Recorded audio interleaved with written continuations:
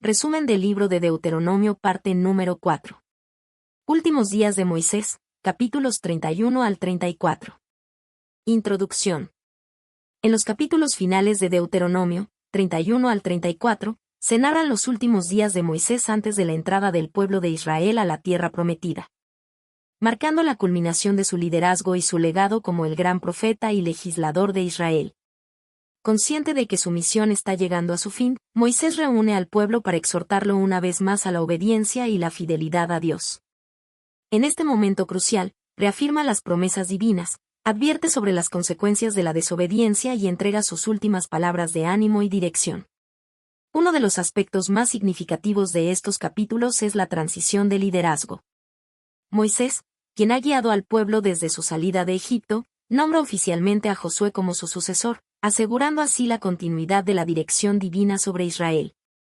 Dios mismo confirma este nombramiento y anima a Josué a ser fuerte y valiente en su nueva misión de guiar al pueblo hacia la conquista de la tierra prometida.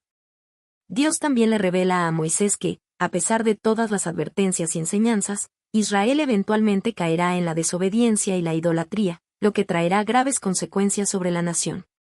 Para dejar un testimonio perdurable, Dios le ordena a Moisés componer un cántico que servirá como recordatorio del pacto divino y como testigo contra la infidelidad del pueblo. Este cántico describe la fidelidad de Dios, la ingratitud de Israel y las consecuencias de su rebelión, pero también ofrece una esperanza de restauración para aquellos que se arrepientan y regresen al Señor. Antes de su muerte, Moisés también bendice a cada una de las tribus de Israel, proclamando sobre ellas palabras de protección, prosperidad y fortaleza. Su bendición, similar a la que Jacob pronunció sobre sus hijos en Génesis, resalta el papel especial de cada tribu en la historia de Israel y reafirma la promesa de Dios de guiarlos y sostenerlos en la tierra que van a poseer.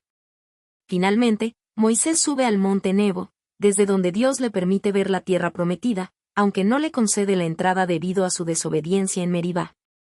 Desde este punto alto, Moisés contempla el cumplimiento de la promesa divina, pero su viaje termina ahí. Moisés muere en la presencia de Dios, y el mismo Señor se encarga de su sepultura en un lugar desconocido. Su muerte marca el fin de una era y el inicio de una nueva etapa para Israel bajo el liderazgo de Josué. Con su partida, el pueblo pierde a su más grande profeta, aquel que habló cara a cara con Dios y fue instrumento de grandes señales y maravillas. Sin embargo, su legado perdura en la ley, en sus enseñanzas y en la fe que inculcó en el pueblo de Israel. Capítulo 31. Transición de liderazgo y advertencia. Moisés, consciente de que su tiempo como líder de Israel está llegando a su fin, reúne a todo el pueblo para anunciar que no podrá cruzar el río Jordán con ellos. En su lugar, Josué, su fiel ayudante, será quien los guíe en la conquista de la tierra prometida. Moisés les asegura que Dios mismo irá delante de ellos, destruyendo a sus enemigos y asegurando su victoria. Con palabras de ánimo y exhortación, insta al pueblo a ser fuerte y valiente, recordándoles que Dios nunca los abandonará ni los desamparará. Después de dirigirse a la nación, Moisés llama a Josué en presencia de todo Israel y le encomienda la gran tarea de liderar al pueblo en la conquista de Canaán. Le repite la misma exhortación que dio al pueblo: esfuérzate y sé valiente, asegurándole que Dios estará con él en todo momento. Esta investidura pública de Josué como sucesor de Moisés reafirma la autoridad que Dios le ha conferido y fortalece la confianza del pueblo en su nuevo líder. Más adelante, Moisés escribe toda la ley y la entrega a los sacerdotes levitas, encargándoles que la guarden junto al arca del pacto. Además, establece que esta ley debe leerse en voz alta cada 7 años, durante la celebración del año de remisión, en la fiesta de los tabernáculos. En ese momento, todo Israel, incluidos hombres, mujeres, niños y extranjeros residentes, debe reunirse para escuchar y aprender a temer a Dios, asegurando así que las futuras generaciones conozcan y obedezcan los mandamientos divinos. Dios, en su omnisciencia, advierte a Moisés que después de su muerte, el pueblo de Israel se apartará de la ley, se entregará a la idolatría y sufrirá graves consecuencias por su desobediencia. A pesar de todas las advertencias y las maravillas que han presenciado, sus corazones se desviarán, atrayendo sobre sí mismos el juicio divino. Para que el pueblo no olvide su responsabilidad y las consecuencias de sus acciones, Dios ordena a Moisés que enseñe un cántico que servirá como testimonio contra ellos en el futuro. Este cántico, que se presentará en el siguiente capítulo, no solo recordará la fidelidad de Dios y la ingratitud de Israel, sino que también funcionará como una advertencia profética sobre el destino de la nación. Moisés escribe las palabras del cántico y lo enseña a los israelitas, asegurándose de que lo memoricen y lo transmitan de generación en generación. Finalmente, Moisés entrega su última advertencia a los ancianos y jefes de Israel, instándolos a mantenerse firmes en la obediencia a Dios. Les recuerda que su desobediencia traerá calamidad y sufrimiento, pero que aún pueden elegir caminar en fidelidad y recibir las bendiciones prometidas. Con estas palabras, el liderazgo de Moisés llega a su culminación, mientras Josué se prepara para asumir la responsabilidad de guiar a Israel en la conquista de la tierra que Dios les ha dado. Capítulo 32. El Cántico de Moisés. En los últimos días de su vida, Moisés recita un cántico profético que Dios le ordenó enseñar al pueblo de Israel. Este cántico no solo sirve como un testimonio contra la futura rebelión de Israel, sino que también es un recordatorio de la fidelidad y justicia de Dios a lo largo de la historia. A través de palabras poéticas y profundas, Moisés proclama la grandeza del Señor y la necesidad de que el pueblo recuerde siempre sus obras y mandamientos. El cántico comienza invocando a los cielos y la tierra como testigos de su mensaje. Moisés describe a Dios como una roca, símbolo de estabilidad, fuerza y fidelidad. Resalta la perfección de sus caminos, su justicia y su rectitud, contrastando estos atributos con la corrupción y la ingratitud del pueblo de Israel. A pesar de haber sido escogidos y bendecidos por Dios, los israelitas han actuado de manera perversa, apartándose de su Creador y olvidando sus enseñanzas. Moisés recuerda cómo Dios, en su amor y misericordia, escogió a Israel, lo protegió y lo cuidó como la niña de sus ojos. Utiliza la imagen de un águila que cuida de sus crías, enseñándoles a volar, para ilustrar la guía y protección divina sobre su pueblo. Dios los sacó de la esclavitud en Egipto, les proveyó en el desierto y los estableció en una tierra fértil y abundante. Sin embargo, en lugar de responder con gratitud y obediencia, Israel se volvió autosuficiente y orgulloso, olvidando al Dios que los había salvado. El cántico denuncia que, en su prosperidad, Israel se apartará de Dios y buscará dioses ajenos, provocando su ira. Como consecuencia de su infidelidad, Dios permitirá que sufran calamidades, que sean oprimidos por naciones extranjeras y que experimenten el dolor de su rebelión. No obstante, el Señor no los abandonará completamente. Su juicio no será solo un castigo, sino una forma de disciplina para hacerlos regresar a Él. Dios promete que, aunque Israel sea humillado y derrotado, llegará un momento en que su justicia prevalecerá. Juzgará a sus enemigos y restaurará a su pueblo. El cántico concluye con una declaración de esperanza. Aquellos que se arrepientan y regresen al Señor experimentarán su redención y su poder restaurador. Después de pronunciar el cántico, Moisés dirige sus últimas palabras a Israel, exhortándolos nuevamente a obedecer la ley de Dios y a enseñarla a sus hijos. Les recuerda que estas palabras no son meras palabras vacías, sino su propia vida. En ellas está la clave para su bienestar y permanencia en la tierra prometida. Finalmente, Dios le ordena a Moisés subir al monte Nebo, desde donde podrá contemplar la tierra prometida antes de su muerte. Sin embargo, no podrá entrar en ella debido a su desobediencia en Meribá, donde no honró a Dios delante del pueblo.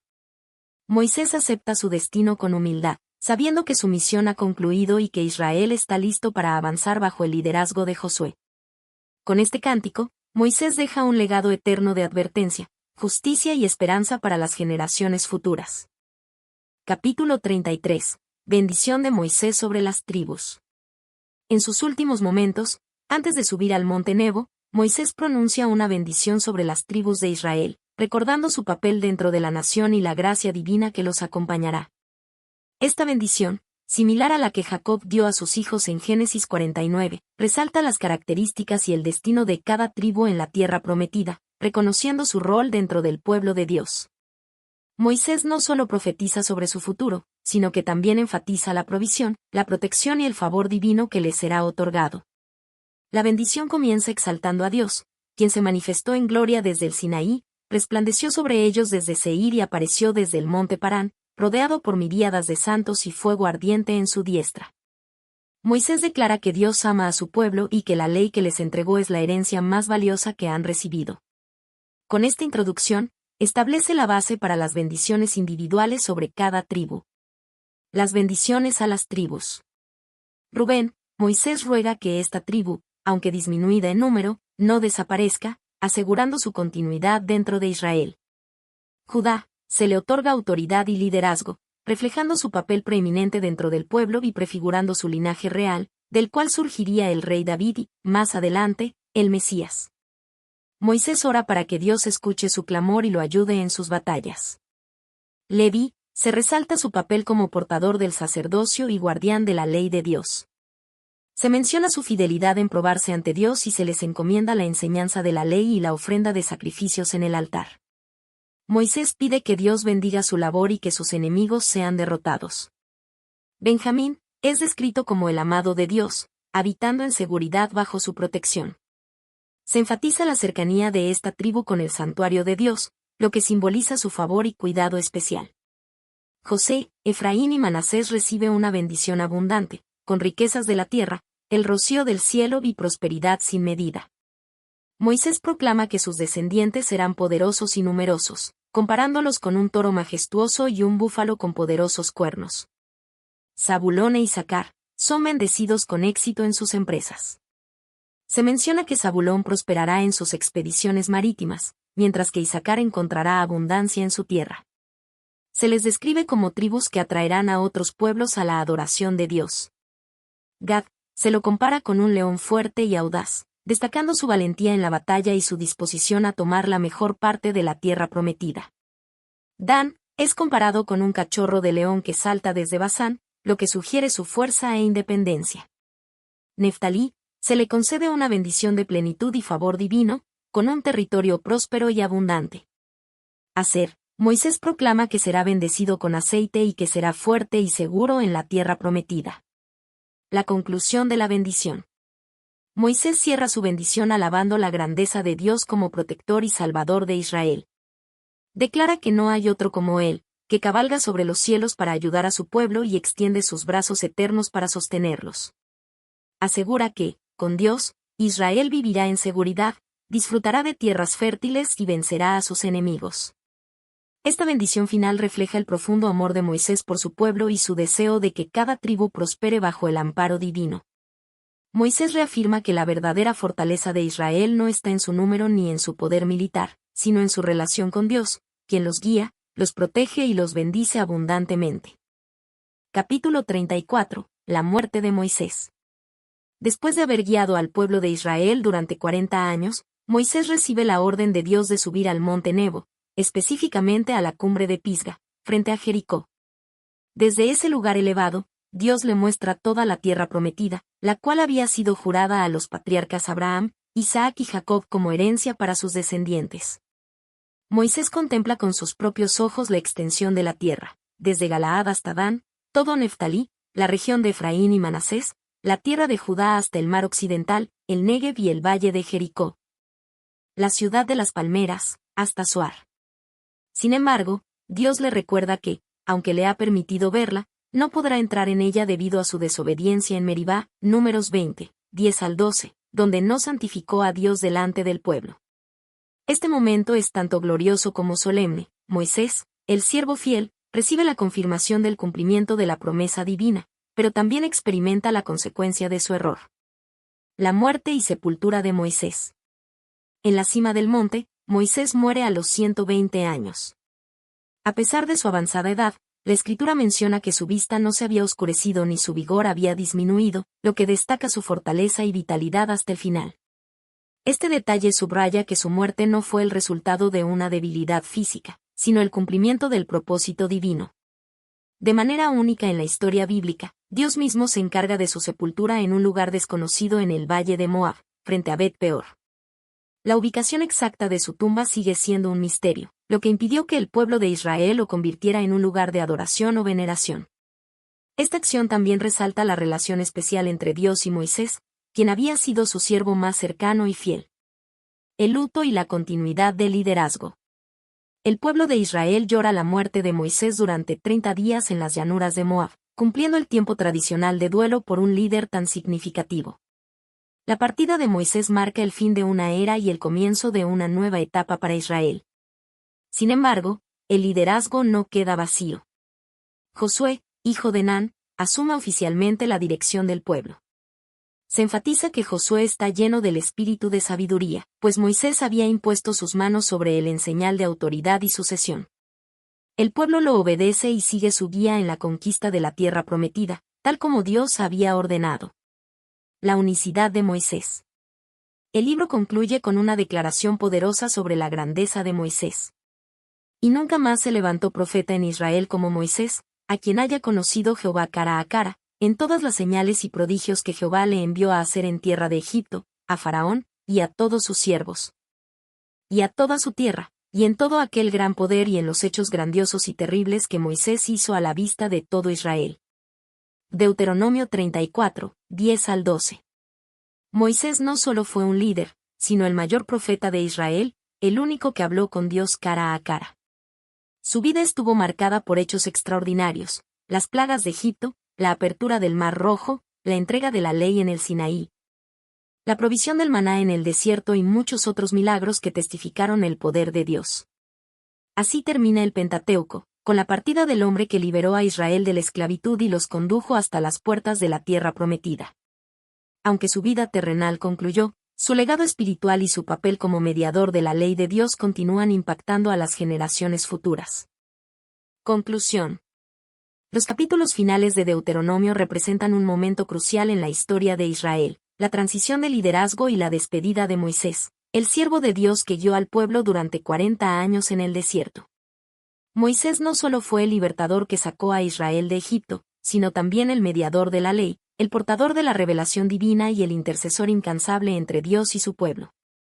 Su legado queda impreso en 3 elementos fundamentales: la ley, que será la base de la identidad y obediencia del pueblo; el cántico, que servirá como testimonio de advertencia y recordatorio de la fidelidad de Dios; y la bendición sobre las tribus, que reafirma el destino y propósito de cada una dentro del plan divino.